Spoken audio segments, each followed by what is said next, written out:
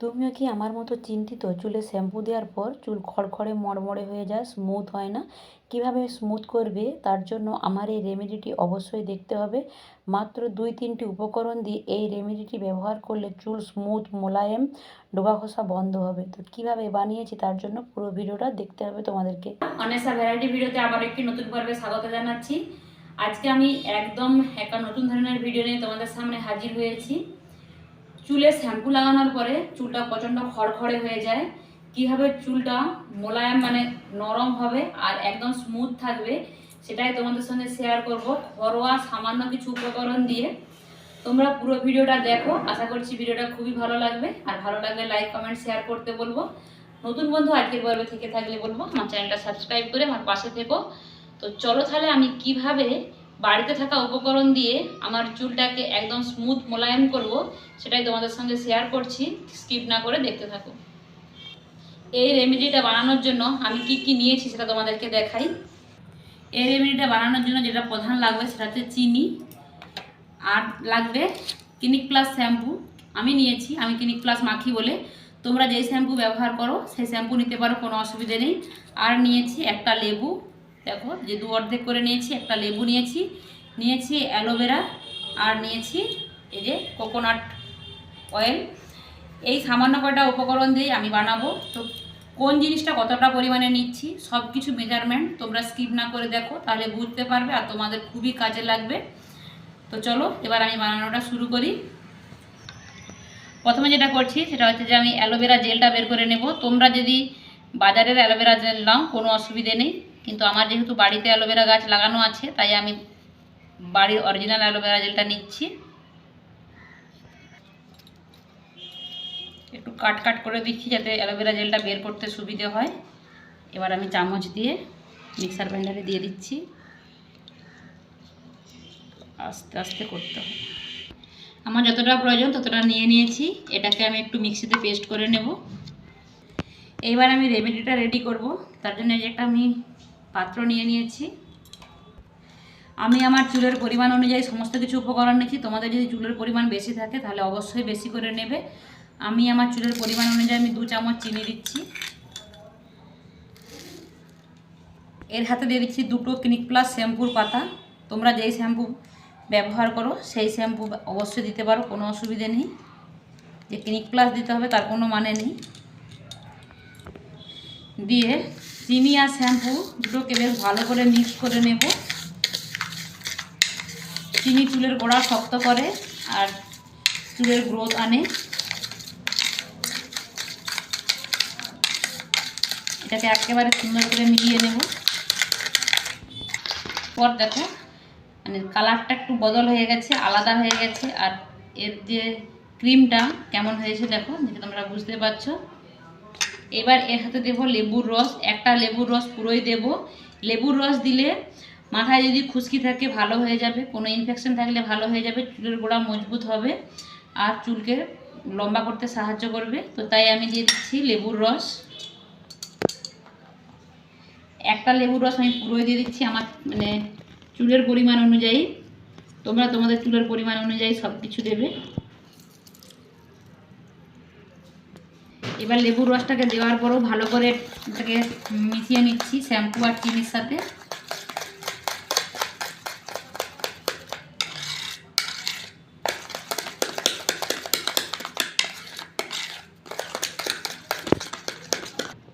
এখানে আমি অ্যালোভেরা যে জেলটাকে পেস্ট করে রেখেছি দেখো, পুরো একদম দোকানের মতো যে কালার অ্যালোভেরা জেলের সেরকমই হয়েছে। আমি 1 চামচ অ্যালোভেরা জেল নেব। বারবার বলছি তোমাদের চুলের যদি পরিমাণ বেশি থাকে তাহলে সব কিছুই বেশি নিতে হবে। তো আমি 1 চামচ দিয়ে দিলাম, দিয়ে এটা খুব ভালো করে মিলিয়ে নেব এর মধ্যে। এই অ্যালোভেরা জেল চুলটাকে শাইনি করবে, স্মুথ করবে আর কোনো রকম খড়খড়ে ভাব থাকবে না চুলটায় এই অ্যালোভেরা জেল দেওয়ার কারণে।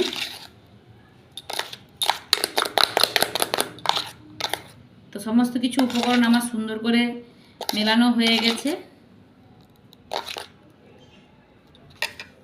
ক্রিমটা একেবারে রেডি হয়ে গেছে। আর ক্রিমটা দেখতে কেমন হয়েছে তোমরা দেখে বুঝতেই পারছো, দেখো।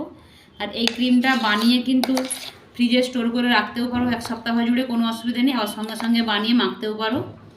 যদি বলো যে বানিয়ে রেখে দেবো তাহলেও কোনো অসুবিধা হবে না। এবার আমি আমার চুলে লাগিয়ে দেখাবো। তো আমার চুলটা এখন কেমন আছে তোমাদেরকে দেখাচ্ছি, আর এই শ্যাম্পুটা কন্ডিশনারটা সব কিছু লাগানোর পর চুলটা কেমন হয় সেটা তোমাদেরকে পরে দেখাবো। তো এখন তোমরা দেখো যে আমার চুলটা এখন কেমন আছে, কতটা খড়খড়ে আছে।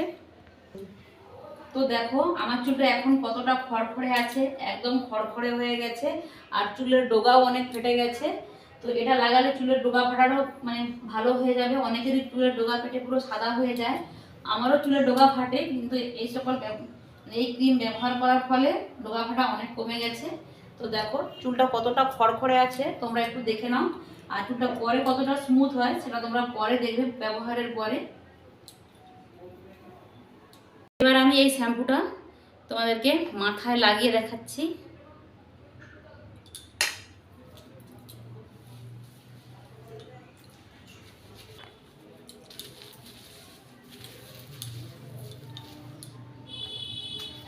আঙুলের ডগা দিয়ে ভালো করে মাথার স্কিনে লাগাতে হবে, ম্যাসাজ করে করে।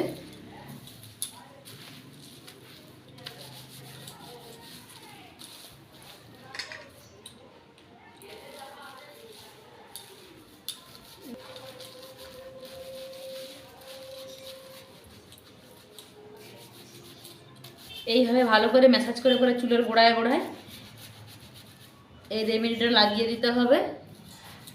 তাহলে মাথার যে স্কিনে যে খুশকি থাকে সেই খুশকিগুলো ভালো হয়ে যাবে, আর চুলের গোড়ায় পৌঁছলে চুলের গোড়াটা অনেক শক্ত হবে, চুল উঠা বন্ধ হবে।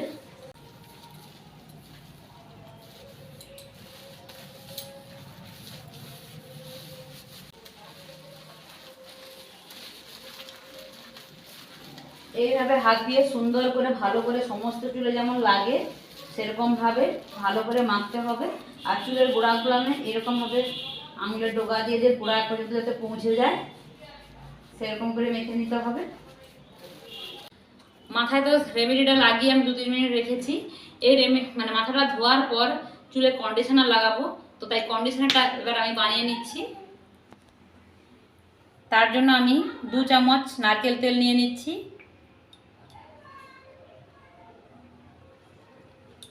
2 চামচ নারকেল তেলের সাথে আমি 1 চামচ অ্যালোভেরা জেল দিচ্ছি।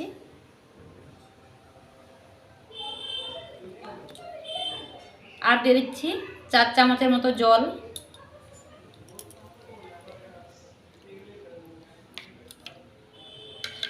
আমি আমার চুলের পরিমাণ অনুযায়ী দিয়েছি, তোমাদের চুলের পরিমাণ অনুযায়ী কম বেশি করতে পারো। এবার আমি সমস্ত কিছু উপকরণ ভালো করে মিশিয়ে নিচ্ছি।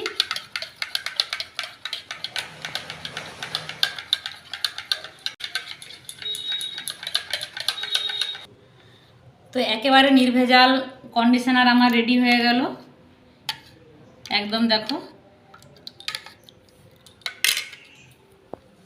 এদিকেও আমার মাথায় যে রেমেডিটা লাগিয়েছি এটাও 4-5 মিনিট মতো হয়ে গেছে। তো চলো ধুয়ে এটা আমি কিভাবে মানে ব্যবহার করব সেটা তোমাদেরকে দেখাই। 4 মিনিট মতো হয়ে গেছে, এবার আমি চুলটাকে ধুয়ে নেব।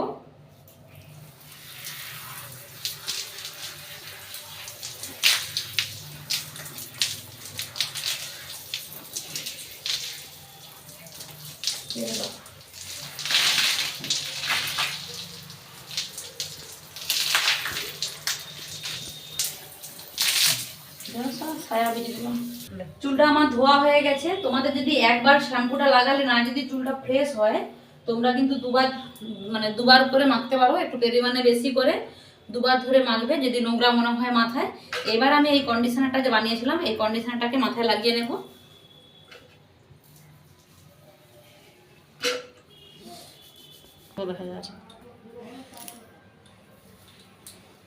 কন্ডিশনারটা আমি ভালোভাবে এইভাবে হাত দিয়ে সুন্দর করে চুলে লাগিয়ে নেব।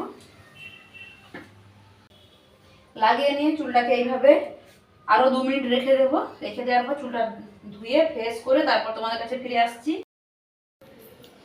চুলটা কতটা শাইনি হয়েছে তোমরা দেখে বুঝতেই পারছো। দেখো একদম স্মুথ হয়ে গেছে, আর কোনো রকম চুলে জটা লাগছে না, একদম হড়হড়ে টাইপের হয়ে গেছে, খুব সুন্দর সামান্য কিছু উপকরণ বাড়িতে থাকা কম খরচে এত সুন্দর মানে চুল স্মুথ, মানে সেটা ভাবা যায় না।